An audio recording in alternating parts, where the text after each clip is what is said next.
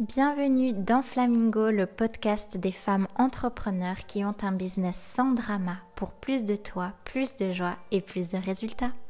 Je suis Magali, fondatrice d'Emana, ton hôte et ta coach pour ce podcast qui va t'activer, t'inspirer, te passionner et te transformer.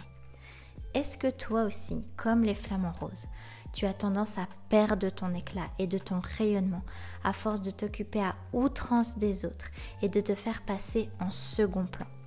Si c'est le cas, ce podcast va devenir ta nouvelle série préférée.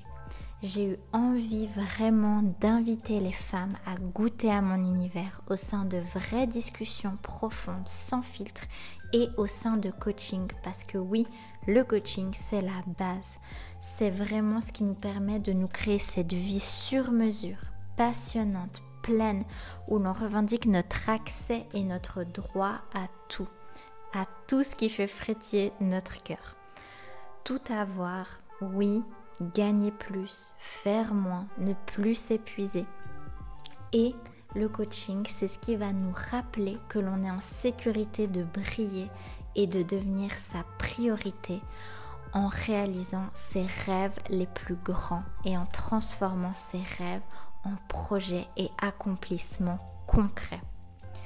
Je me réjouis pour toi que tu dégustes chaque épisode où tu découvriras des sessions de coaching puissantes avec des femmes merveilleuses, mais aussi plein de surprises. Alors installe-toi confortablement et laisse-toi toi aussi guider vers cette vie vibrante, colorée, libre, fertile, où tu te remets au centre et tu observeras tous tes projets et tout ton monde se sublimer. C'est parti pour l'épisode du jour. Dans cet épisode, c'est moi qui me fais coacher. C'est la première fois que je fais ça, la première fois que je vais diffuser une séance de coaching. Alors, ce n'est pas ma coach officielle, mais ça reste tout de même l'un des meilleurs coachs que je connaisse sincèrement, en toute objectivité, mon amoureux. Donc, je te laisse découvrir l'épisode du jour. J'étais un peu, j'avais un peu le trac parce que finalement, j'ai jamais fait ça. Donc, n'hésite pas à me partager ton retour à la fin de l'épisode, voilà, ce que ça t'a inspiré. Ça me fera très plaisir d'avoir ton retour. Voilà, je te laisse avec l'épisode où je me fais coacher par mon chéri.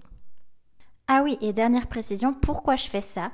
Parce que je pense que dans le monde du coaching, c'est important de se rappeler que même les coachs, même d'excellents coachs, restent des êtres humains et que c'est pas qu'à un moment tout devient facile pour nous et toutes les circonstances sont absolument favorables et du coup c'est facile. Non, c'est justement apprendre à constamment observer ses pensées, vivre ses émotions, se réaligner, sortir du mode survie, faire grandir sa zone de confort et d'inconfort. Donc voilà, vraiment un petit rappel parce que des fois on a tendance à penser justement que pour les coachs tout est facile, tout est fluide ou qu'il y a quelque chose de spécial dans le cerveau alors que c'est juste une pratique absolument constante, une hygiène de vie, une routine comme un sport, comme toute nouvelle habitude. Donc voilà, les coachs aussi sont des êtres humains avec plein de résistance, une petite voix qui essaye de les garder dans quelque chose de petit. Donc c'est tout à fait normal. Voilà, cette fois c'est bon pour l'épisode. Ce que j'aimerais aborder avec toi aujourd'hui, c'est finalement le thème de me sentir encore plus moi et plus à l'aise d'être moi par rapport à Emana où je sens que vraiment là avec mon école je m'éclate et même en lien avec mon branding et tout ça, ma communication, j'ai l'impression que je suis encore plus connectée à ma vérité que j'ai envie de transmettre mais avec peut-être beaucoup moins de pincettes qu'avant. Et j'ai encore plus envie de partager comment je vis ou surtout comment je vois la vie. Mais j'ai un peu des résistances par rapport à ça. Et donc, si tu pouvais juste clarifier, qu'est-ce que ça veut dire t'as dit, je vais me sentir encore plus moi. Concrètement, ça veut dire quoi? C'est par rapport à ce que tu veux dire à tes clientes, mais qu'est-ce que ça veut dire par rapport à toi, te sentir plus toi? En fait, non, voilà, moi dans notre vie de tous les jours ou avec toi, je me sens moi, tout le temps. et j'ai envie de encore plus oser montrer toutes ces parts de moi dans ma communication, que ce soit avec mes clientes, mais aussi mon audience, et notamment ma part un peu plus directe et fofolle. Et ça ressemblerait à quoi? Concrètement, si tu devais donner un exemple, ça ressemblerait à quoi? D'être plus toi, d'être plus direct, plus folle. Ben, comme tu le sais, j'ai tout le temps des idées. Franchement, je pense que mon contenu, c'était juste tout ce que j'écris dans mes notes, dans mes cahiers, sur mon téléphone, j'ai tout le temps des idées. Et des fois, c'est des idées un peu plus construites. Et des fois, c'est juste des trucs que je balance comme ça. Et des fois, des trucs drôles. Des fois, des trucs très piquants. Des fois, des trucs très... vraiment très piquants. Ou des trucs, justement, très... qu'on pourrait croire fleur bleue. Ou vraiment, moi, j'ai ma vision de la vie. Ou pour moi, on a tellement de choix de se créer une belle vie. Et que c'est pas une question d'être bisounours ou d'avoir les trucs faciles.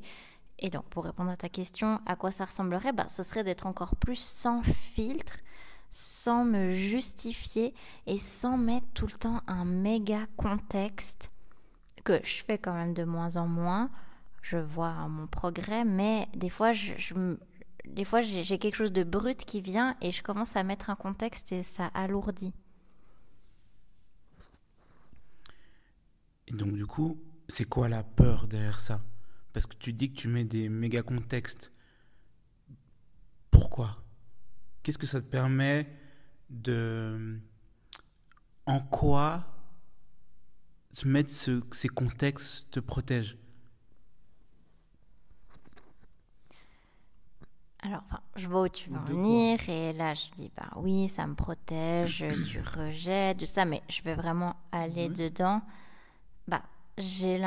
Une part de moi a l'impression que mettre un contexte donne un peu un disclaimer, genre je décline toute responsabilité si tu es trigger, si tu te sens visé, si tu as l'impression que tu es jugé, alors que je ne juge pas les gens, mais que des fois j'ai un peu peur que mes clientes, non, mais que mon audience se sente un peu bousculée, ou si je me dis mais si les gens ils sont pas prêts, si les gens ils sont pas en conscience et que après ils se sentent mal ou qu'on trouve que je suis pas cohérente ou en gros du coup de mettre ces contextes et ces pincettes ça me protège de l'illusion d'être incomprise et donc rejetée. Il y a de ça. Mais ce qui est intéressant, c'est que tu as dit au début que tu voudrais te sentir plus toi. Et là, dans ta communication, et là j'ai l'impression que c'est plus sur les réseaux, parce qu'avec tes clientes, j'ai l'impression que c'est moins présent.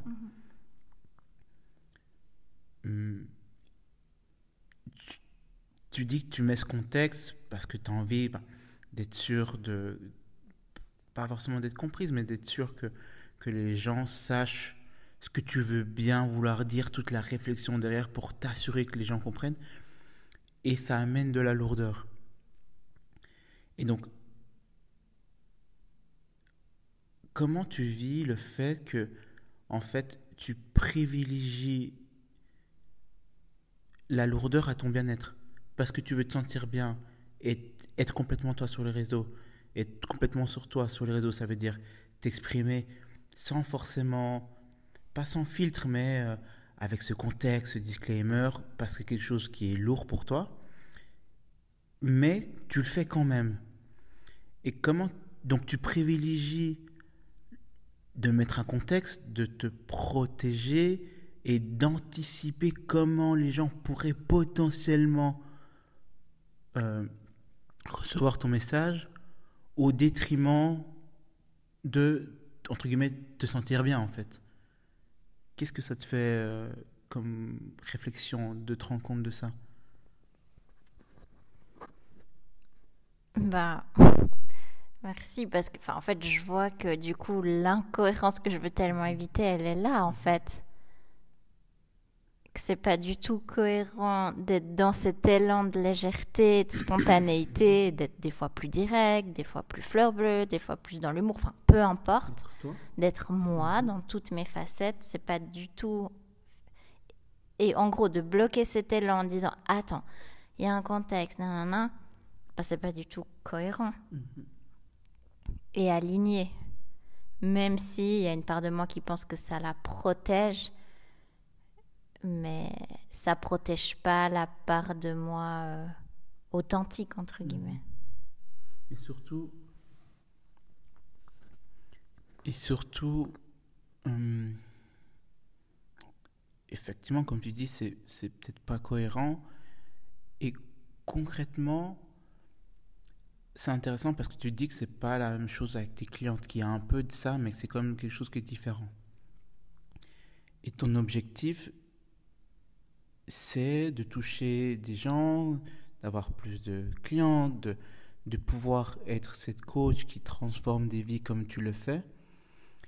Et cette capacité que tu as à transformer des vies, à toucher, passe par ta capacité à être toi-même, pleinement toi-même, comme tu l'es dans tes coachings où tu es pleinement toi et tu crées ces transformations-là pour tes clientes. Et donc du coup, c'est vrai que c'est pas cohérent parce qu'en fait, tu n'offres pas à cette audience que tu veux justement toucher qui tu es en fait. Et la question c'est finalement, oui, la peur de rejeter, mais j'ai pas l'impression que c'est que ça en fait. Moi j'ai envie de dire que ça va plus loin que ça. C'est qu'est-ce qui se passe si t'es pleinement toi et qu'est-ce qui se passe si tu te sens bien sur les réseaux en fait.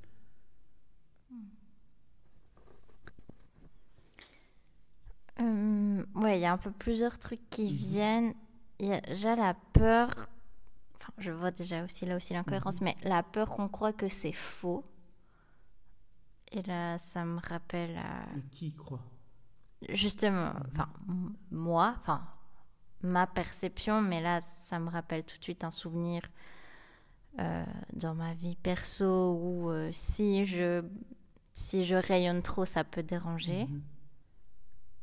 Et du coup, en gros, voilà, si je suis pleinement moi, vraiment mon magnétisme, je rayonne. Déjà, j'ai peur, ouais, qu'on pense que c'est faux, genre, si je montre pas que régulièrement je pleure et que je vis mes émotions comme n'importe quel être humain, bah, qu'on pense que ce soit fake ou que je fasse semblant. Et aussi, bah, j'ai peur en fait, voilà, que ça, des gens se sentent déclenchés par ça. Et du coup, ils se disent, non, mais elle, de toute façon, tout est plus facile pour elle. Elle vit un peu dans un monde comme ça. Donc, en gros, je vois même pas comment elle pourrait m'aider. Et si c'était vrai? Et si c'était vrai que tout est facile pour toi? C'est quoi le problème avec ça? J'ai envie de croire que c'est vrai.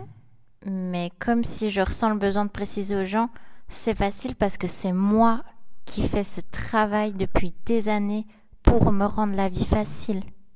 Pourquoi? Pourquoi quoi? Pourquoi tu veux vraiment montrer que c'est toi et que c'est parce que tu fais ce travail depuis longtemps? Ici, c'était juste que pour toi, la vie était facile. Qu'est-ce qui est le problème avec ça? Ben, du coup, alors, peut-être tous les conseils ou les transformations que je peux apporter, du coup, est-ce que c'est valable pour tout le monde ou est-ce que du coup, c'est valable que pour les gens qui ont déjà des circonstances plus faciles?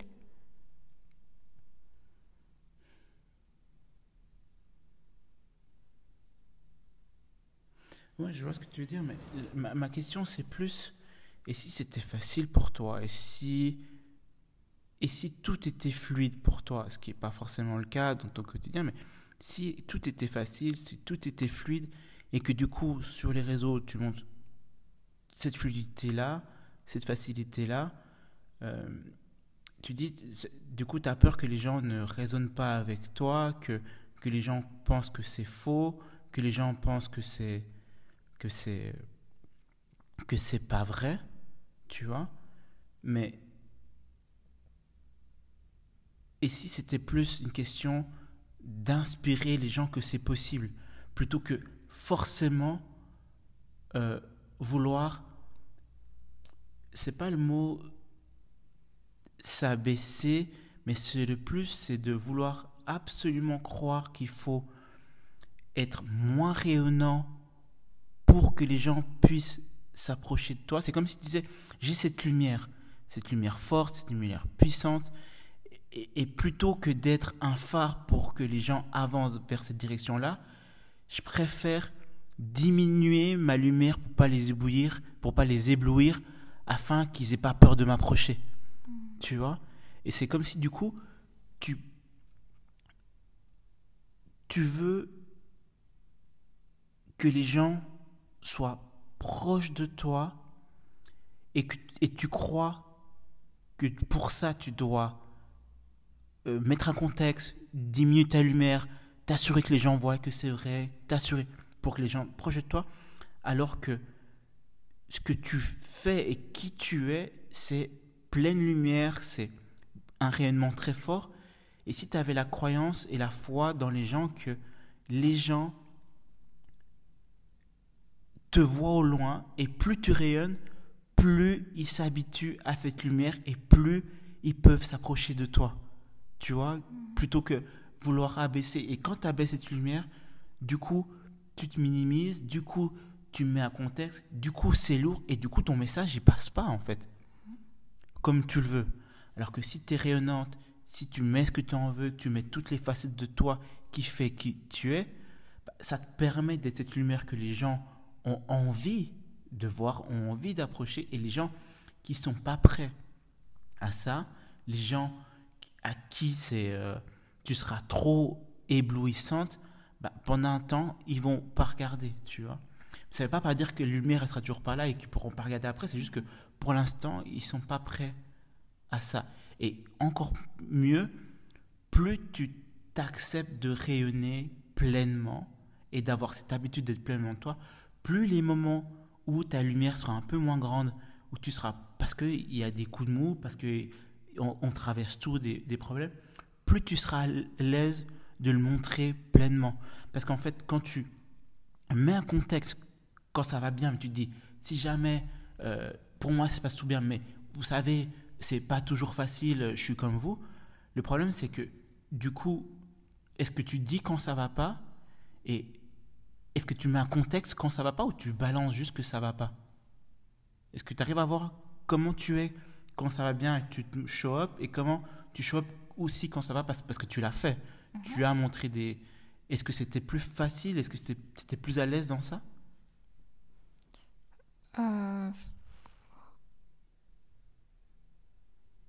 Non, enfin au début non, parce que c'était quand même nouveau de montrer que je ressentais des émotions pas confortables. Maintenant j'ai l'impression c'est facile en fait maintenant pour moi de dire que je ressens des émotions entre guillemets basses, négatives, et que justement mais en fait tu vois, quand tu dis quand ça va ou quand ça va pas, mais en fait pour moi ça va tout le temps. Parce que même quand ça va pas et que je vis des gros moments des fois plus intenses, où je remets tout en question, où les émotions remontent, même là ça va, parce que je sais, je suis toujours connectée à la vérité. Donc en fait je sais même plus la différence entre quand ça va pas. Mais est-ce que du coup, quand tu as ces phases-là, est-ce que tu mets un contexte quand tu le montres? Ces phases où c'est un peu plus challengeant? Non. Donc pourquoi tu mets un contexte quand c'est plus challengeant, mais tu mets pas de contexte quand c'est plus challengeant, mais t'en mets un quand soi-disant ça se passe bien? Parce que ce que tu es en train de lire là, c'est que tu es arrivé à un stade de ta vie où tu gères aussi bien les phases où tu te sens super bien que les phases où ça va moins bien, et que tu considères toutes ces phases comme des phases juste pour avancer. Ce qui est exceptionnel, et pourquoi pas partager ça plutôt que absolument vouloir montrer que c'est dur, tu vois, alors que tu es arrivé à ce stade-là. Et moi, ça m'inspire au quotidien, donc je suis convaincu que ça pourra inspirer toutes les personnes avec qui tu veux communiquer, tu vois. Non, non, merci, ça me parle. Et même là, je crois que je me mélange un peu parce qu'en fait, même quand tu dis les phases un peu moins bien, même là, en fait, je mets un contexte. Parce que, aussi, je veux dire, par exemple, si je ressens une déception, comme tu te rappelles, enfin, c'était il y a longtemps, je crois que c'était l'année passée, une fois, j'avais vécu une déception parce que j'avais un mandat là qui avait été annulé, alors que je m'étais déjà préparée, projetée. J'ai vécu ma déception et je me rappelle, je m'étais filmée pour montrer, enfin, mon petit moment où je vais. Et j'ai dit, ouais, j'ai reçu une grosse déception, mais non, j'avais tout expliqué, la beauté du process, et j'avais reçu, je sais pas combien de messages. Oh, courage, ça va. Et ça m'énerve aussi, que de dire, j'ai l'impression que si je mets pas de contexte et que je montre quand je vis une déception, quand je vis de la culpabilité, de la honte, de la peur, qu'on va croire que, ah ben, pauvre petite chose. Enfin, donc, je vois aussi toute la confusion là que je crée. Donc, je sais pas si tu as quelque chose à dire par rapport à ça, mais par rapport à tout ce que tu disais avant, j'entends et il faudra que je revienne là-dessus. Plus que entendre, là, parce que là, je vois bien que tu le comprends avec ton intelligence, ce que je dis. Tu comprends le principe, tu raisonnes avec ça, c'est logique pour toi, mais dans ton corps et dans ton cœur, qu'est-ce qui se passe à travers cette idée de rayonner pleinement tout le temps? Pas seulement avec ta tête et ta logique. Qu'est-ce qui se passe dans ton cœur à l'idée d'être pleinement toi tout le temps? Bah, je ressens une excitation dans le bas du ventre, mais un petit nœud dans la gorge, poitrine. Parce que je sais que c'est mon next level. C'était déjà ressorti aussi avec ma coach. Que je sais que mon next move, c'est d'accepter d'être encore plus incomprise, justement pour être comprise par ceux qui my doivent. people. Ouais. Donc oui, j'ai à la fois de l'envie, de l'excitation et de la peur. Et qu'est-ce que ça te donne envie de faire là, sans réfléchir, la prochaine étape par rapport à ça? Qu'est-ce que ça te donne envie?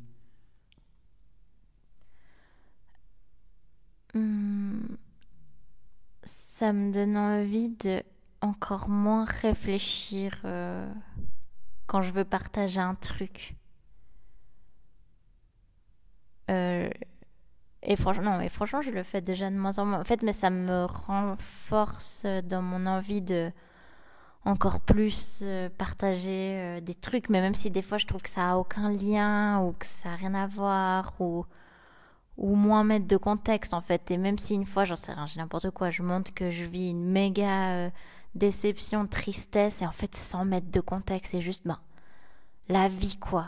Et pas dire, mais si jamais quand même ça va bien. Enfin, en fait, ça me donne envie que si des gens pensent que je suis dépressive ou que je suis complètement perchée sur un autre monde de bisounours, en fait, ça me donne envie de, genre, I don't give a shit, quoi. Et je sais que mes clientes et les personnes qui sont sur le point de devenir mes clientes, ou même des personnes qui ne deviendront jamais clientes, mais qui sont là, elles aiment ça. Enfin...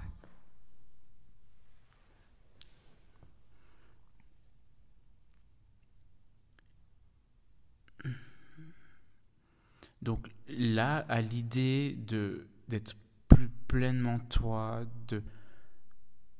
de moins réfléchir avant de communiquer,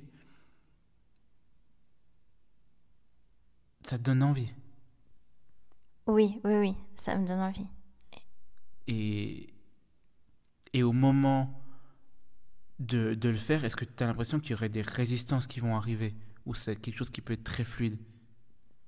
Les deux, je pense des fois ça va être fluide parce que là j'ai déjà des preuves que c'est de plus en plus fluide comme je suis récemment.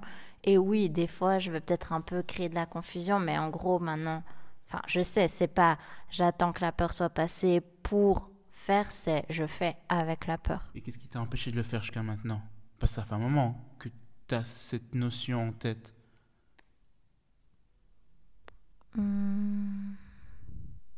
Tu vois, parce que tu dis que ça peut être là assez facile de faire ce pas-là.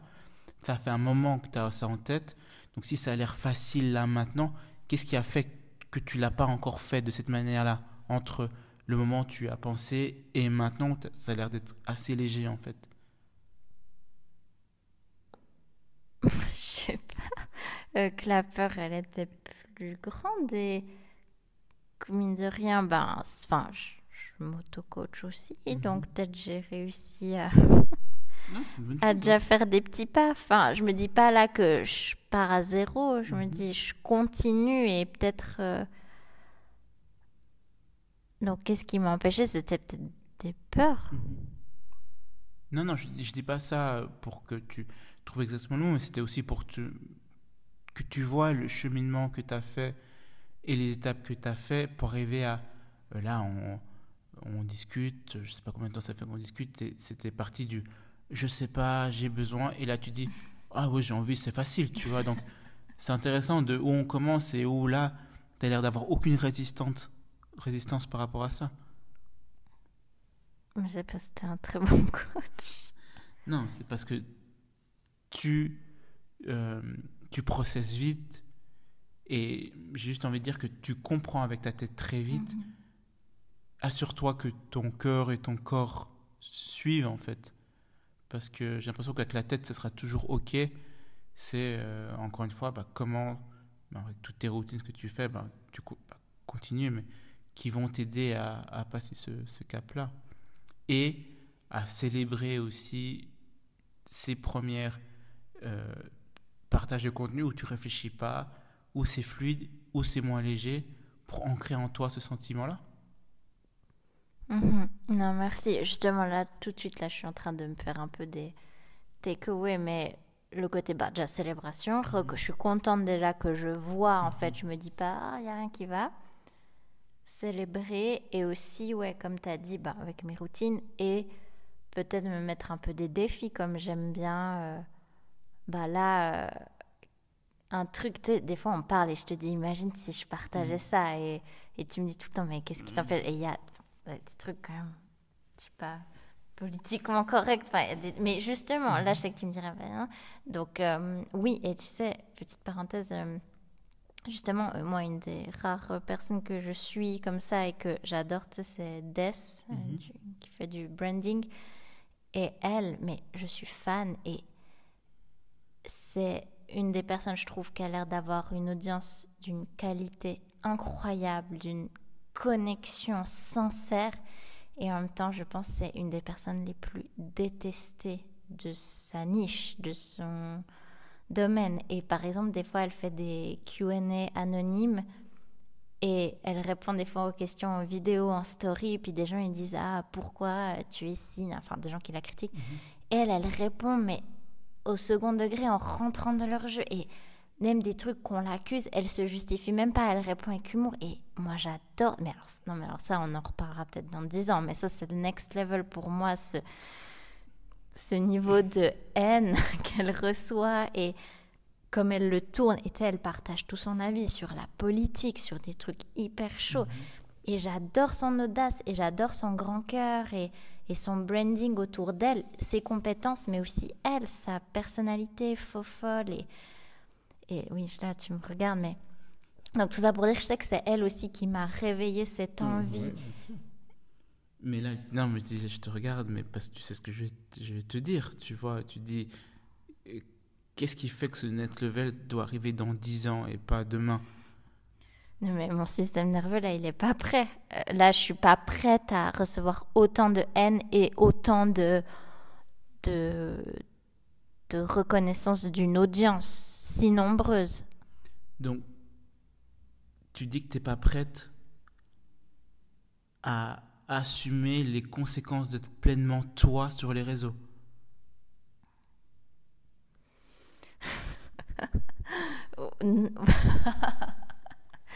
À mon échelle, selon ce que je donne aujourd'hui, oui, forcément que je suis prête si je le fais. Mais partager mon opinion sur des sujets politiques... Seulement si tu en as envie, là je dis pas de partager... Oui, non, il y a la vie privée. Oui, mais...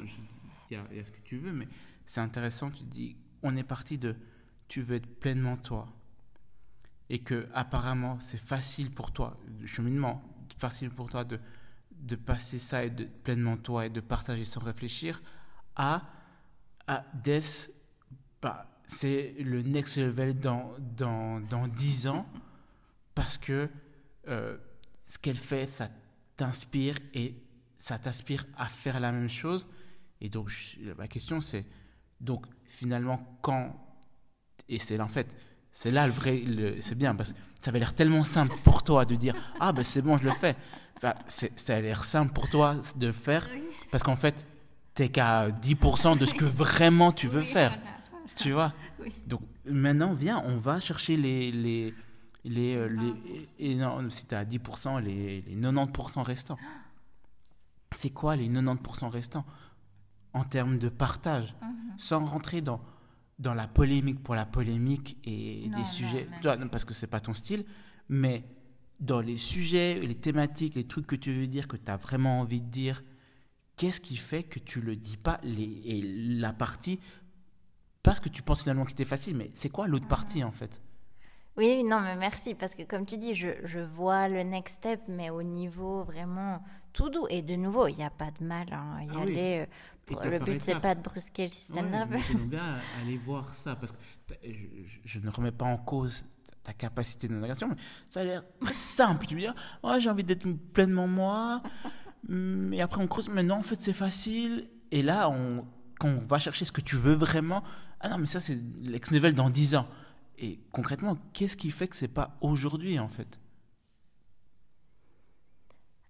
Parce que, enfin, je me connais, mon cerveau, il va que voir les critiques et pas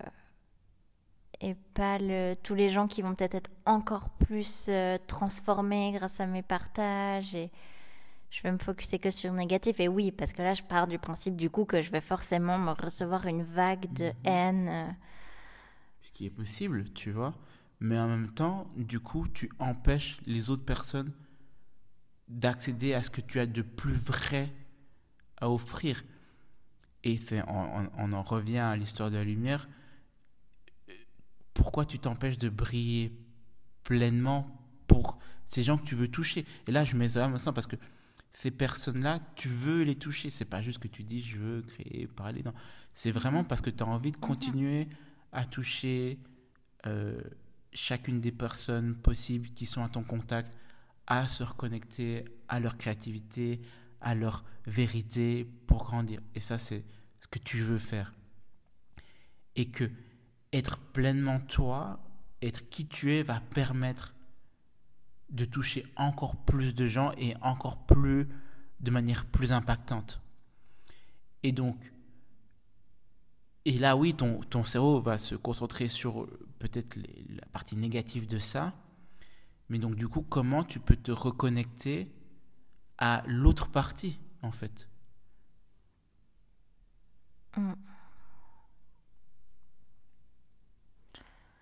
En continuant mes pratiques de reconnexion à ma vérité, de vivre mes émotions, de savoir que quoi qu'il arrive, en fait, le plus grand risque que j'ai, c'est une émotion très très très désagréable et que du coup je ne vais pas mourir et que comme tu dis non plus je suis pas quelqu'un pour faire des polémiques, enfin ça reste quand même des polémiques chatons, enfin donc ouais, enfin pour répondre à ta question, comment faire, le faire quand même. Ouais, il y a les étape par étape mais en te connectant à concrètement c'est quoi le next level dans 10 ans en fait, parce que c'est trop intéressant, enfin, et on peut conclure là-dessus, je pense qu'on pourra refaire, mais c'est trop intéressant de dire que tu veux être pleinement toi et que c'est facile, et ensuite de parler que ce qui te fait vraiment envie et désir aujourd'hui et pas dans 10 ans, c'est le next level, tu vois. Vas-y. Non, en fait, j'ai eu une prise de conscience que c'est facile dans ce que je fais aujourd'hui ou même même des fois, comme je m'exprime des trucs sur les réseaux que même ma famille ne sait pas, enfin que ça, je suis à l'aise quand même avec ma vérité. Et ce next level dans 10 ans, je sais pourquoi il me challenge, c'est parce qu'il va me demander, même dans ma vie privée, alors à part avec toi, parce que toi, t'es en live dans mon maximum d'authenticité, mais même dans ma vie privée, mes relations, mon entourage, ma famille, que là aussi, ça va être un next level de qui est Magali en fait. Et je crois que c'est pour ça que je fais la distinction. Ok, ok. Non, mais c'est bien déjà que tu t'en rends compte. Donc, ton next level de, de qui tu es et de le partage de qui tu es va passer par le fait de assumer finalement pas la critique, mais la potentielle critique envers ta famille. Alors, pas ma famille directement, mais non, en fait, oui, et d'accepter, en fait, d'être inconditionnellement moi, comme je le suis franchement avec toi, et dans notre vie de tous les jours de croissance, assumer d'être moi, en fait, dans n'importe où.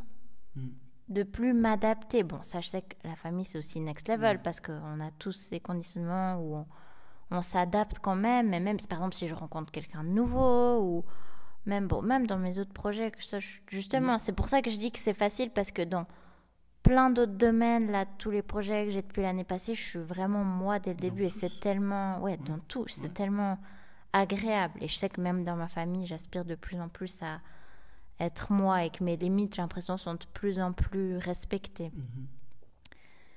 Mais le next level, c'est dans tout, de encore plus mettre mes limites, quoi. Pourquoi tu parles de limites? Parce que pour moi, être soi, c'est être au clair aussi sur ses limites. Comment on se comporte envers nous, qu'est-ce qu'on accepte ou pas. Enfin, que tout d'un coup, t'as un truc que t'acceptes plus, et d'accepter peut-être qu'on dise que t'as changé. Enfin, des choses comme ça. Et donc, c'est ça le risque pour toi de poser les limites? Ah non. C'est quoi le risque pour toi de poser ces limites-là, du coup? Avec qui? Partout, tout le temps, de mettre tes limites.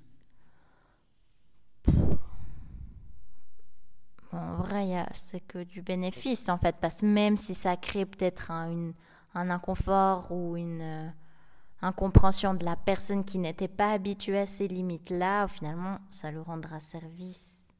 Mais bon, là, si c'est pas une réponse sage, le risque de mettre ses limites, c'est de nouveau d'être critiqué, incompris, jugé, rejeté.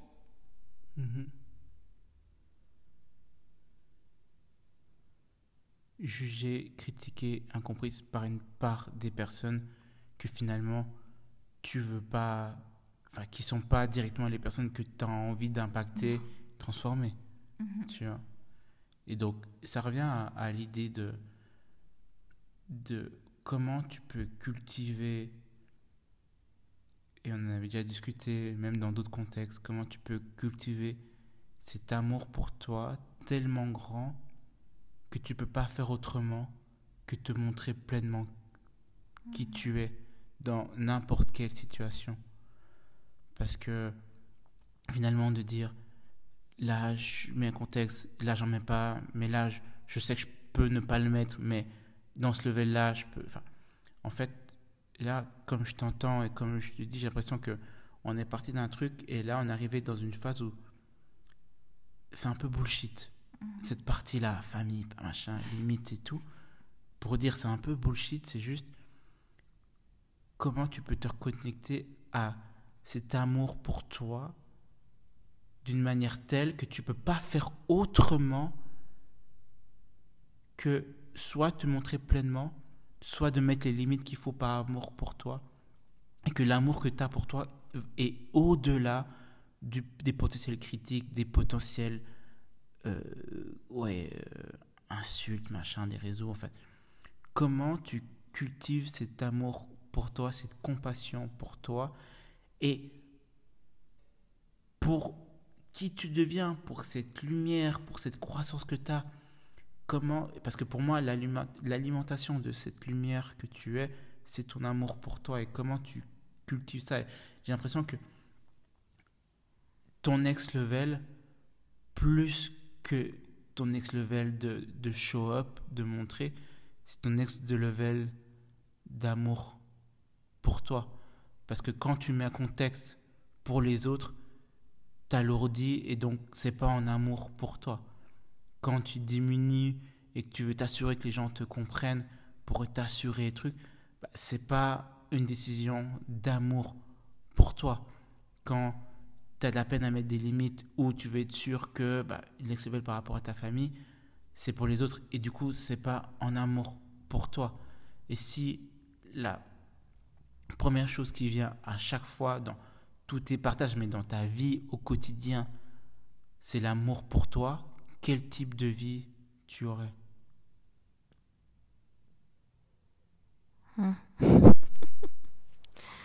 Ah, oui. Oui, non, c'est magnifique. Enfin, c'est magnifique et au-delà d'être magnifique, c'est vrai en fait. On revient toujours à ça. Next level of self-love. Donc je dois répondre là? T'es pas obligé de répondre, c'est juste que moi c'est ce que je sens pour toi et je sais que t'es très forte pour te mettre une routine, une structure par rapport à ça, mais ouais, juste réfléchir, ressens en fait. Qu'est-ce que serait ta vie avec le next level d'amour pour toi et est-ce que c'est ok pour toi de ne pas la vivre dès aujourd'hui? Non. Et donc du coup continuer encore plus parce que de nouveau tu vois là tu vois ça me crée une résistance de me dire en gros du coup je m'aimais pas alors que comme on dit c'est toujours un cycle en fait, on découvre une nouvelle et c'est comme tu l'as dit, c'est aussi par étapes. Qu'est-ce que ça peut être la prochaine étape? Pas de partage, parce qu'en fait on parlait de partage, mais c'est quoi la prochaine étape, le prochain baby step qui va en lien avec l'amour, ton amour de toi et moi qui ai eu la chance de voir ton évolution et ta croissance durant toutes ces années, je sais que ton évolution d'amour pour toi a grandement évolué. C'est beau de voir à quel point ton amour pour toi a grandi, mais te rappeler que c'est quelque chose qui doit être en continu en fait. Et peut-être que cette histoire de être pleinement toi sur les réseaux de communication, c'est juste un symptôme pour te rappeler que tu es arrivé à un moment où tu dois passer l'étape d'après pour ça.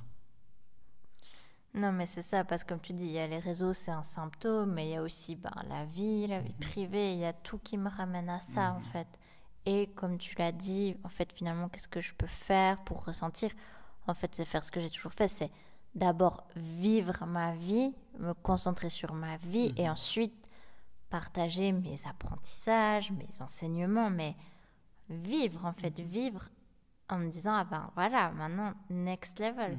Parce que comme on disait hier, tu sais, des fois on se sent à 1 ou à 10 sur 10 de notre niveau d'alignement et là ces derniers temps j'étais à 10 et là récemment j'ai eu l'impression d'être de nouveau à 1 et j'étais alors en fait c'est tout le temps comme ça et c'est cool parce que si je suis au niveau 1 c'est que il y a encore mieux dans les niveaux 2, 3, 4, 5 jusqu'à 10.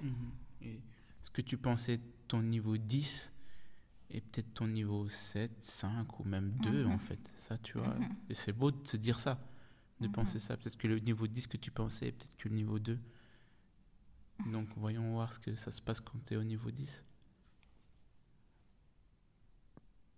Merci. Je t'en prie. Merci. Tu aimerais toi aussi profiter d'une session offerte de coaching et passer sur le podcast? Je t'invite sans plus tarder à t'inscrire au lien que tu trouveras dans la description de cet épisode.